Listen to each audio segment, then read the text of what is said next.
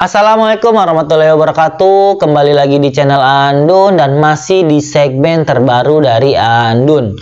Pada video kali ini Andun akan berbagi kisah yang sebenarnya kisah ini ingin Andun ceritakan khusus untuk teman-teman yang saat ini kondisinya itu sedang dalam masalah yang sangat-sangat berat. Namun walaupun kondisi teman-teman saat ini sedang baik-baik saja atau sedang safe gitu ya, video ini juga mungkin bisa menjadi antisipasi teman-teman ke depannya jika teman-teman mengalami kondisi yang sangat-sangat down gitu atau dalam masalah yang sangat-sangat berat. Nah, video ini adalah kisah eksklusif yang diceritakan dalam Al-Quran sebagai guideline kita atau sebagai pembimbing kita untuk menghadapi masalah yang sangat besar. Kisah ini adalah kisah tentang Nabiullah, yaitu Nabi Yunus alaihissalam atau Nabi Zunnun. Nah, langsung aja kenapa Anu ingin menceritakan ini? Karena baik lagi, setiap anak punya hak untuk mendengarkan cerita dan setiap cerita punya kekuatan untuk menanamkan kebaikan. Tidak perlu berlama-lama, langsung saja kita masuk dalam cerita Andun sebelum tidur.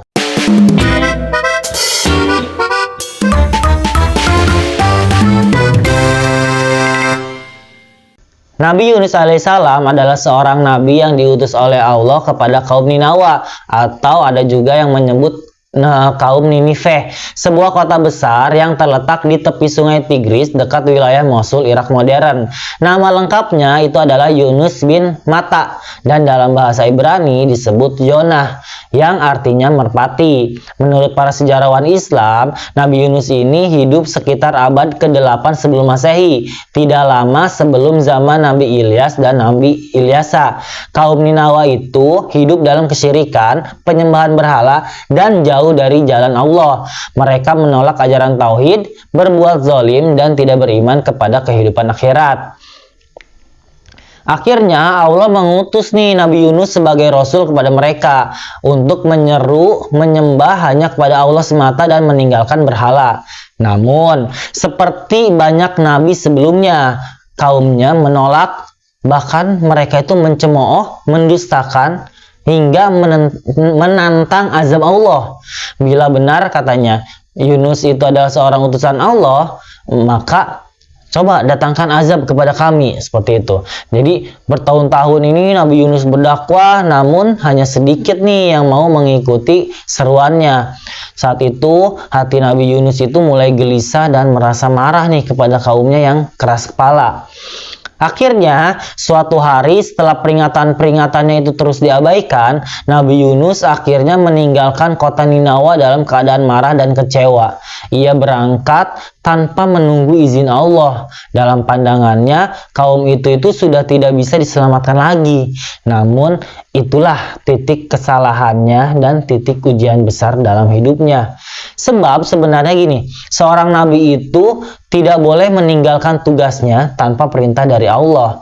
Jadi kalau misalkan sudah diperintahkan oleh Allah untuk berdakwah di sana gitu, untuk berdakwah di satu kaum, ya udah mereka itu harus konsisten untuk berdakwah di sana gitu. Jadi tidak boleh pindah-pindah atau tidak boleh menyerah lah gitu maksudnya ya. Ketika Nabi Yunus pergi, Allah pun menampakkan tanda-tanda azab di langit. Awan mulai berubah menjadi hitam menggantung, angin kencang berhembus, dan langit pun tampak menakutkan saat itu. Melihat tanda-tanda itu, kaum Ninawa merasa ketakutan. Mereka sadar bahwa ternyata Yunus itu benar-benar utusan Allah. Mereka segera bertobat secara massal, memohon ampunan dan mengembalikan diri mereka kepada Allah gitu dengan hati yang penuh penyesalan. Mereka berdoa dengan menangis, ada yang bahkan sampai memisahkan anak-anak mereka dari ibunya agar tangisan mereka itu semakin menggugah rahmat Allah. Melihat keseriusan dan kesungguhan mereka dan ketulusan mereka untuk memohon ampun dan memohon rahmat dari Allah, maka Allah pun akhirnya menerima taubat mereka dan Allah menghapuskan azab yang semestinya turun kepada masyarakat Ninawa saat itu. Kaum itu akhirnya selamat, tetapi karena Nabi Yunus ini sudah terlanjur pergi dalam keadaan marah, Nabi Yunus ini belum tahu nih bahwa mereka telah kembali ke jalan Allah. Sementara itu, Nabi Yunus yang terus berjalan akhirnya tiba di tepi laut. Ia melihat sebuah kapal besar yang hendak berangkat, lalu akhirnya menaiki kapal tersebut gitu ke atasnya. Kapal itu akhirnya berlayar membawa banyak penumpang dan muatan. Namun, di tengah perjalanan, tiba-tiba ombak besar dan badai mengamuk, membuat kapal itu terombang-ambing dan hampir tenggelam. Nahkoda kapal berkata, di antara kita pasti ada orang yang menjadi penyebab kemurkaan Tuhan. Kita harus mengurangi beban dan membuang seseorang ke laut. Akhirnya mereka itu melakukan semacam undian. Jadi diundi nih, setiap penumpang itu menuliskan namanya masing-masing, dilipat atau gimana lah ya, dilipat lah, anggap aja dilipat, terus dimasukkan ke dalam wadah gitu, dikocok-kocok, akhirnya keluar nih diundi nama penumpang untuk menentukan siapa yang harus dilempar ke laut. Undian ini dilakukan sebanyak beberapa kali lah ya, dan setiap kali diundi yang keluar itu adalah nama Nabi Yunus. Nah, namun para penumpang itu terkejut sebenarnya karena mereka tahu nih ini Nabi Yunus nih. Nabi Yunus adalah orang soleh gitu. Nggak mungkin nih kalau misalkan Nabi Yunus yang keluar gitu namanya, atau yang menyebabkan hal ini terjadi. Akhirnya setiap nama Nabi Yunus keluar, seorang penumpang itu pasti akan bilang, coba kita undi lagi. Nggak mungkin nih, nggak mungkin Nabi Yunus. Pokoknya siapapun nama yang keluar, yaudah itu yang akan dibuang gitu. Karena diundi lagi, setiap undian itu selalu nama Nabi Yunus yang keluar. Akhirnya Nabi Yunus berkata dengan tenang, ya, akulah memang penyebab ini. Aku yang harus bertanggung jawab, kata Nabi Yunus. Maka ia akhirnya melompat ke laut dengan penuh keikhlasan, menyerahkan diri sepenuhnya kepada Allah. Karena Nabi Yunus ini mengetahui ini, memang beliau ini merasa kalau memang ini tuh kesalahan dia dan ini adalah teguran dari Allah. Dan kalau memang ini adalah jalannya, Nabi Yunus ini ingin bertaubat kepada Allah. Jadi Nabi Yunus dengan penuh keikhlasan menyerahkan diri sepenuhnya kepada Allah. Begitu Nabi Yunus terjun ke laut, ombak besar itu langsung menelannya dan Allah memerintahkan seekor ikan besar untuk ada juga sebenarnya sebagian pendapat menyebutkan ini ikan paus, bahkan ada juga yang menyebutkan ya ini makhluk besar, makhluk laut yang besar gitu. Jadi tidak ada kepastian sebenarnya ini makhluknya itu makhluk apa gitu. Jadi Allah memerintahkan seekor makhluk besar untuk menelannya tanpa mencederainya. Dalam Al-Quran itu disebutkan dalam Quran surat As-Saffat, lalu ia ditelan oleh ikan besar dalam keadaan tercela gitu. Menurut tafsir Ibnu Katsir, ikan itu memang sangat besar. Jadi sebagian riwayat itu memang ada yang tadi mengatakan paus, ada juga yang tidak disebutkan jenis pastinya. Jadi ya udah, itu adalah makhluk laut yang besar gitu, yang mampu menelan manusia tanpa mematikannya dengan izinnya Allah lah, yang jelas. Akhirnya Nabi Yunus masuk ke dalam perut ikan itu atau perut makhluk itu, dan Nabi Yunus mendapati dirinya itu berada dalam 3 kegelapan. Kegelapan malam, kegelapan air laut, dan kegelapan gelapnya perut ikan atau perut makhluk itu gitu. Di dalam kondisi yang dia dapati tadi, di dalam 3 kegelapan tadi ya, gelapan malam, kegelapan gelapnya air laut, dan gelapnya perut ikan itu, di sana akhirnya Nabi Yunus itu berserah diri, bersujud dan bertasbih kepada Allah dengan kalimat yang masyhur nih, yang kita tahu dalam surat Al-Anbiya itu disebutkan, La ilaha illa anta subhanaka inni kuntu minaz zalimin. Tidak ada Tuhan selain Engkau, maha suci Engkau, sungguh aku termasuk orang-orang yang zalim. Nabi Yunus tidak meminta agar segera keluar, melainkan Nabi Yunus ini mengakui nih kesalahannya dan memuji kebesaran Allah. Kenapa doanya la ilaha illa anta atau tidak ada Tuhan selain Allah? Karena Nabi Yunus ini mengambil kehendaknya Tuhan gitu, merasa dirinya ini yang paling tahu dibandingkan Tuhan, dibandingkan Allah. Makanya doanya itu la ilaha illa anta, ya Allah tidak ada Tuhan selain Engkau ya Allah. Sungguhnya aku ini hanyalah hambamu yang zolim gitu.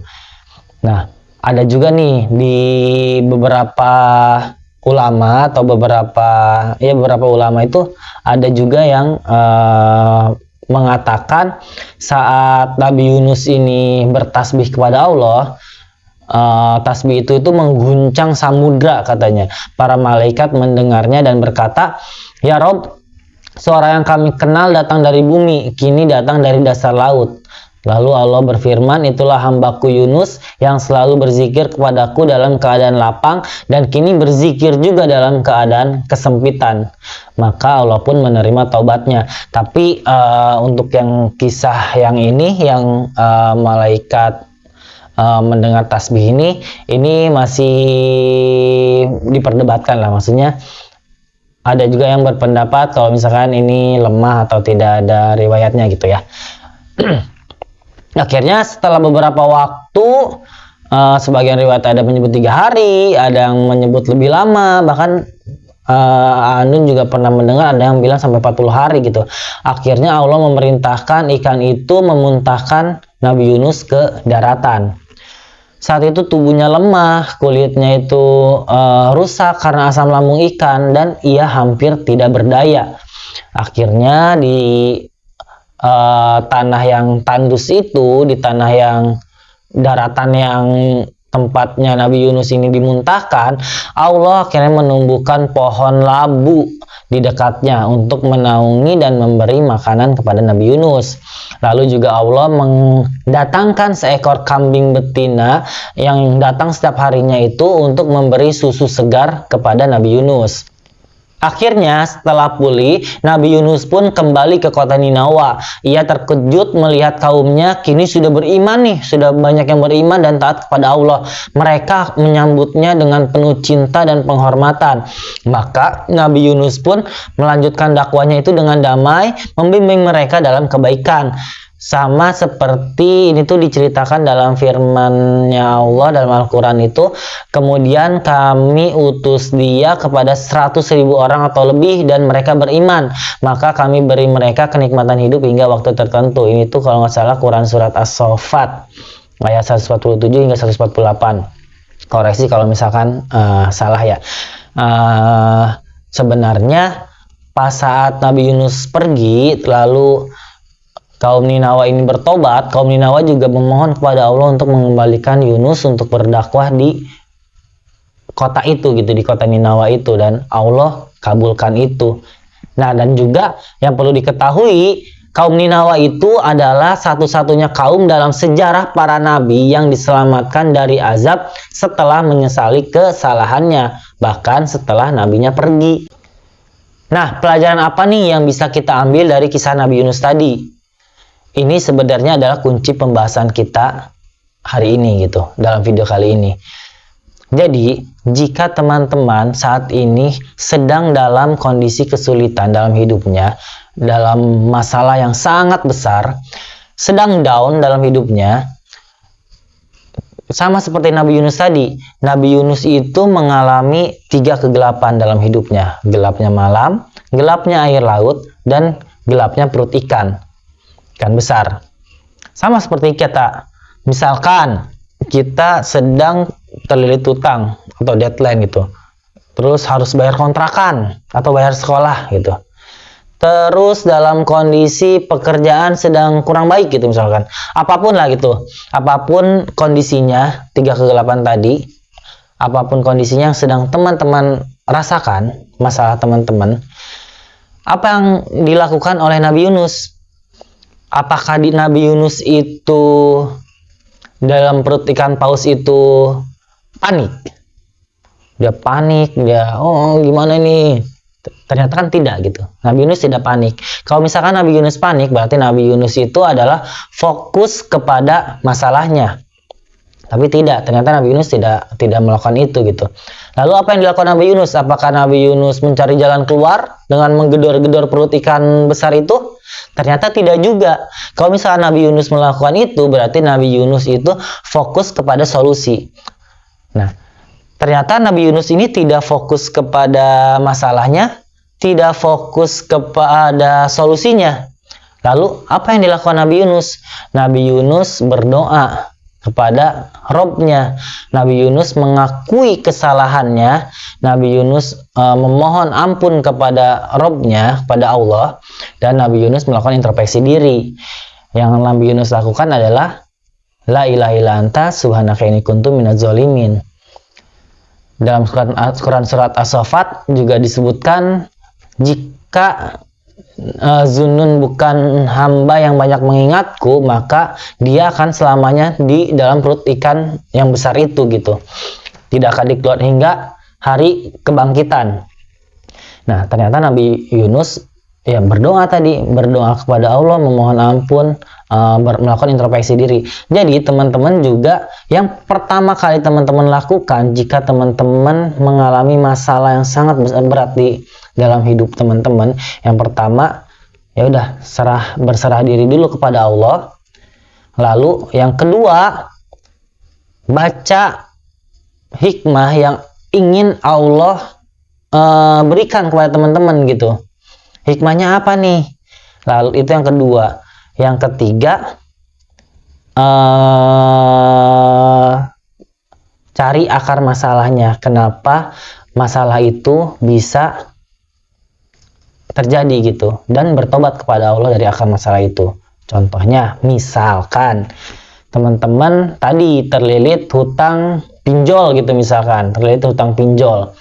Akar masalahnya itu adalah teman-teman ya melakukan riba tadi. Ya udah, teman-teman harusnya stop riba tadi itu. Jangan berhentikan pinjolnya, selesaikan dulu hutangnya gitu. Udah, jangan melakukan itu lagi gitu. Seperti itu.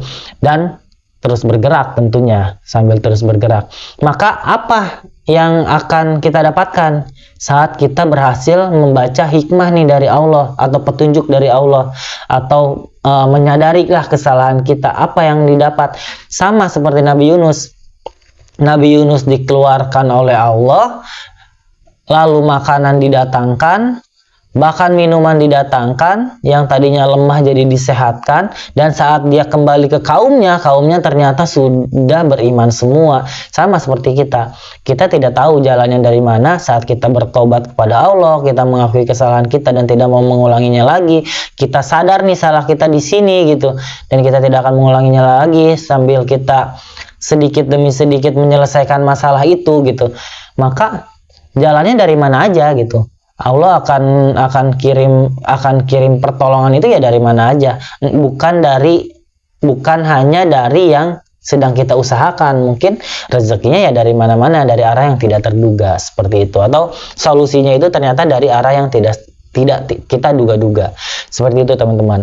Itu yang pertama. Lalu pelajaran mungkin kita bisa ambil juga adalah kesabaran itu adalah kunci dalam dakwah bagi para pendakwah. Jadi seperti tadi, Nabi itu kan tidak boleh meninggalkan tugasnya sebelum ada izin dari Allah.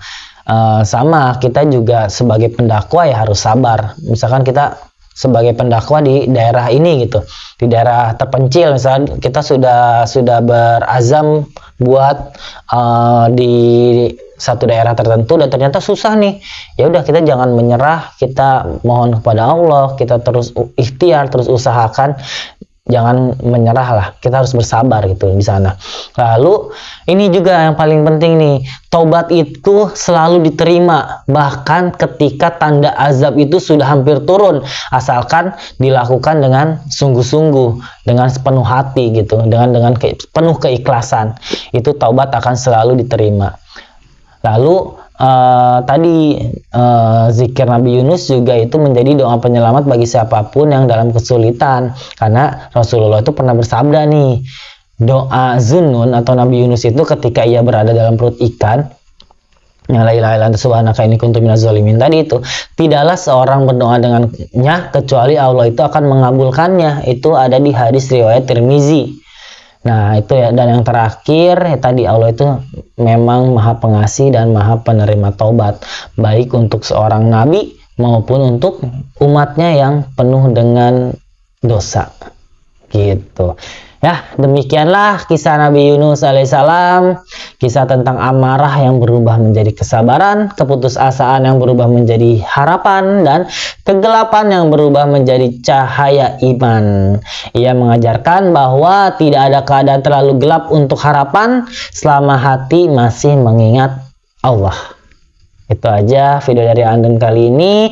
Jangan lupa di like, comment, subscribe videonya, dan di share ke sebanyak-banyaknya jika dirasa video ini bermanfaat, dan ditekan juga notifikasinya supaya teman-teman juga tahu kalau misalkan ada video-video terbaru dari Andun, dan bisa ya mudah-mudahan menjadi kebaikan lah untuk kita semua dan menambah pengetahuan untuk teman-teman semua. Itu aja. Assalamualaikum warahmatullahi wabarakatuh. Sampai bertemu lagi di video Andun selanjutnya. Bye bye. Bismika Allah ma'aya wa bismika amin.